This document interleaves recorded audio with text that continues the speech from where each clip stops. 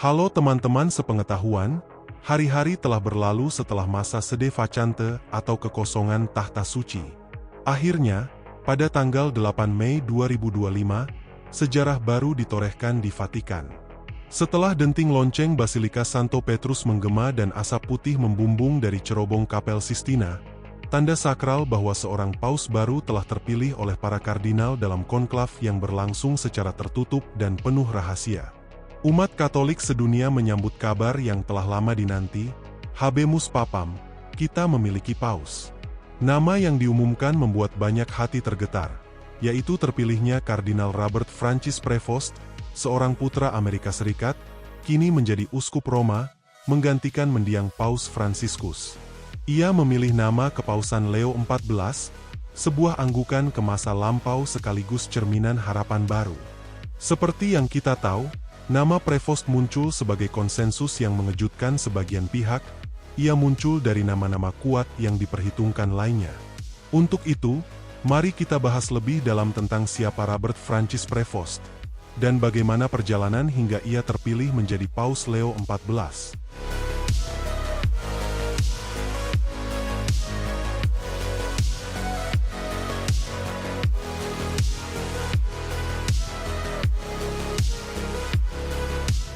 Robert Francis Prevost lahir di Chicago, Amerika Serikat, pada 14 September 1955. Sejak muda, ia menunjukkan ketertarikan pada pelayanan sosial dan agama. Setelah menyelesaikan pendidikan menengah, Prevost memutuskan untuk mengikuti panggilan hidupnya dalam dunia keagamaan. Ia melanjutkan pendidikan teologinya di Catholic Theological Union di Chicago, sebuah institusi pendidikan tinggi yang terkenal dalam pengajaran teologi dan studi pastoral. Di sana, dia belajar mengenai ajaran-ajaran agama Katolik, etika, dan sejarah gereja, mempersiapkan dirinya untuk pelayanan gerejawi yang lebih besar. Namun, pendidikan Robert tidak berhenti di situ. Untuk memperdalam pemahamannya tentang hukum gereja dan doktrin Katolik, ia melanjutkan studi ke Universitas Kepausan Santo Thomas Aquino di Roma, Italia, dan meraih gelar doktor dalam hukum kanonik. Gelar ini memberinya pemahaman mendalam tentang hukum gereja, yang kemudian memainkan peran besar dalam perjalanan karirnya di Vatikan. Pada tahun 1983, Robert Prevost menerima tahbisan sebagai imam, langkah pertama dalam pengabdian hidupnya di dunia rohani. Robert Prevost membawa jejak hidup yang sangat kontras namun harmonis antara dunia barat modern dan semangat pengabdian misioner di Amerika Latin. Sebagai anggota Ordo Santo Agustinus, ia telah menghabiskan lebih dari 1 dekade hidupnya di Peru. Tidak hanya sebagai imam, di sana ia hidup bersama umat yang terpinggirkan dan bekerja untuk meningkatkan kesejahteraan mereka. Pengalaman ini telah membentuknya menjadi seorang gembala dengan telinga yang peka terhadap jeritan umat kecil dan suara hati nurani zaman. Keputusan untuk bekerja di Amerika Latin juga memperkenalkan Prevost tentang peran gereja dalam dunia modern, dengan penekanan pada keadilan sosial dan solidaritas. Sebagai seorang imam yang terlibat langsung dalam kehidupan sehari-hari umat, Prevost dikenal memiliki hubungan yang erat dengan mereka yang hidup di garis kemiskinan. Keterlibatannya dalam kehidupan sosial dan kemanusiaan juga membuatnya sangat dihormati oleh umat setempat. Setelah menghabiskan banyak waktu di lapangan, Prevost kemudian diangkat sebagai uskup di Chiclayo, Peru. Di sini, ia menunjukkan kemampuan manajerial yang luar biasa dalam memimpin keuskupan, berfokus pada pembangunan gereja lokal dan mendukung para imam serta umat. Kepemimpinan pastoralnya sangat dihargai, karena ia tidak hanya peduli pada kehidupan rohani umat, tetapi juga pada tantangan sosial yang mereka hadapi. Pada tahun 2015, Robert Prevost dipromosikan ke Vatikan, di mana ia diangkat sebagai prefek dikastri untuk uskup, posisi yang sangat penting dalam administrasi gereja. Sebagai prefek, ia bertanggung jawab untuk mengawasi penunjukan dan pembinaan para uskup di seluruh dunia. Di sini, Ia dapat memengaruhi cara gereja memilih pemimpin di berbagai belahan dunia, memastikan bahwa mereka yang terpilih memiliki komitmen terhadap reformasi, kesejahteraan sosial, dan pelayanan pastoral yang tulus. Keberhasilannya dalam menangani berbagai tantangan pastoral dan administratif menjadikannya salah satu figur penting dalam gereja. Di samping itu, ia juga dikenal sebagai seorang teolog dengan pemikiran yang mendalam, memiliki wawasan luas tentang doktrin Katolik, dan sangat peduli dengan isu-isu sosial yang dihadapi umat di berbagai belahan dunia. Lalu pada 9 Juli 2023, Paus Fransiskus mengumumkan penunjukan Robert Francis Prevost sebagai salah satu dari 21 kardinal baru dalam konsistori yang digelar di lapangan Santo Petrus, Vatikan. Penunjukan ini menandai langkah penting dalam karir gerejawi Prevost dan memperkuat peranannya dalam struktur kepemimpinan Gereja Katolik.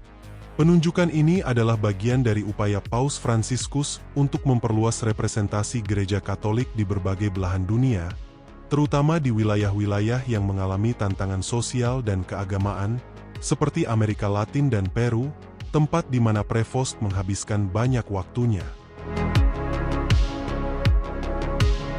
Pada 8 Mei 2025, setelah 2 hari pemungutan suara dalam konklav yang diadakan di Kapel Sistina, Robert Francis Prevost terpilih sebagai Paus Leo XIV.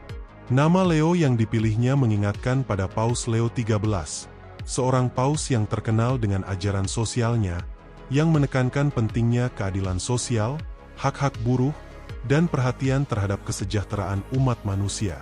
Ini menunjukkan bahwa Paus Leo XIV berkomitmen untuk melanjutkan perjuangan tersebut dengan menempatkan nilai-nilai sosial dalam agenda kepemimpinannya. Paus Leo XIV mewarisi tantangan besar dari pendahulunya, Paus Fransiskus, yang memulai banyak reformasi dalam gereja, termasuk penekanan pada kesederhanaan hidup, keadilan sosial, dan hubungan yang lebih baik dengan dunia luar. Dalam hal ini, Paus Leo XIV dipandang sebagai sosok yang melanjutkan warisan tersebut dengan pendekatan yang lebih modern, berpihak pada mereka yang terpinggirkan, dan mengutamakan dialog antar agama dan antar budaya. Sebagai paus pertama asal Amerika Serikat dan seorang anggota Ordo Santo Agustinus, terpilihnya Prevost menandai perubahan besar dalam Gereja Katolik, yang selama ini didominasi oleh pemimpin dari Eropa. Selain itu, pengalaman internasionalnya yang luas, baik di Amerika Latin maupun di Eropa, memberinya perspektif yang lebih global tentang tantangan gereja dan dunia yang terus berubah.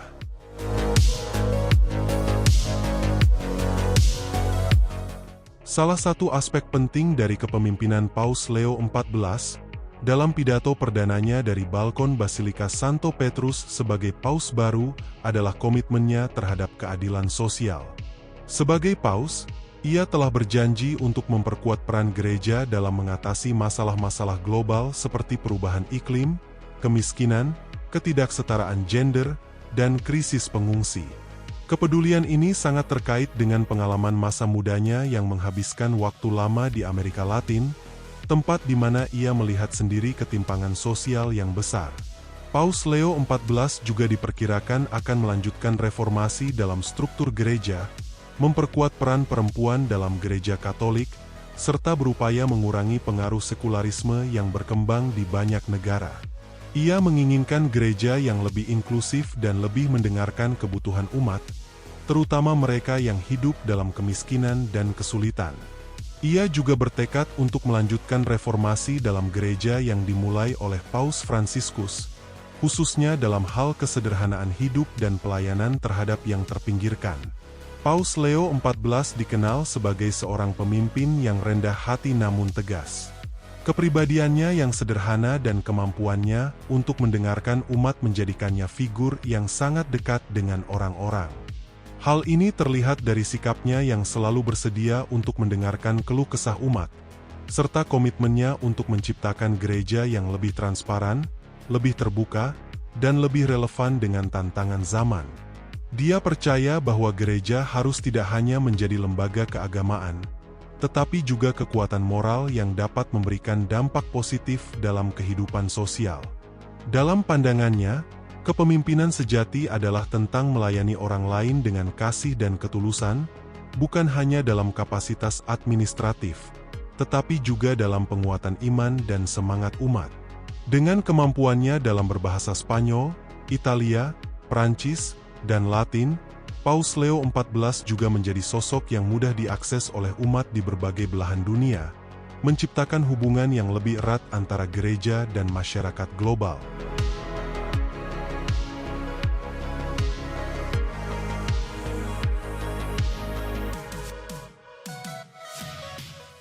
Robert Francis Prevost, yang kini kita kenal sebagai Paus Leo XIV, akan mengemban tanggung jawab besar untuk memimpin Gereja Katolik menuju masa depan.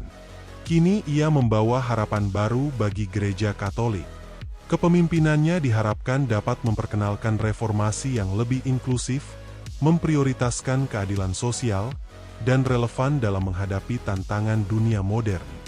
Sebagai paus pertama yang berasal dari Amerika Serikat dan seorang misionaris yang berpengalaman, Paus Leo XIV memiliki potensi besar untuk menciptakan dampak positif bagi umat Katolik di seluruh dunia dan membimbing gereja menuju masa depan yang lebih berbelas kasih dan penuh harapan.